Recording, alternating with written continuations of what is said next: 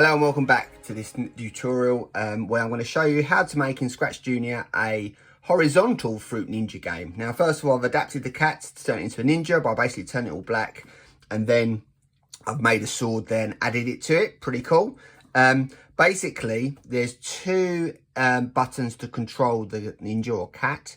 The blue one makes it go up and the red one makes it go down. The code for those is fairly simple. Start on touch. It sends a red or a blue message to the cat, and that moves it up or down. Now the fruit is quite interesting. So the fruit has delayed code, and I've pushed it in different positions, and basically it's on a loop. So every time it gets hit, it disappears, then resets again. There's lots of simultaneous programs running in this one because we want the fruit to look like it is rotating round, so that requires it to have a rotation and move across. Now, as you can see, there is two extra objects moving.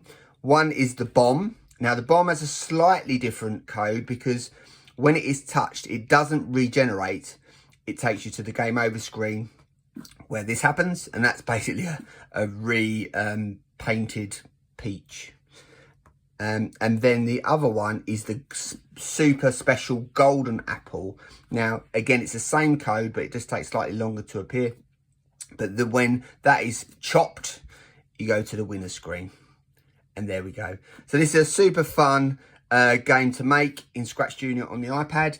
Lots of computational thinking for children to work through. Lots of problem solving. And it's a lot of fun. Nice to adapt the characters as well. So if you've got any questions or comments, please leave them below. If not, I'll see you next time. Thanks. Bye.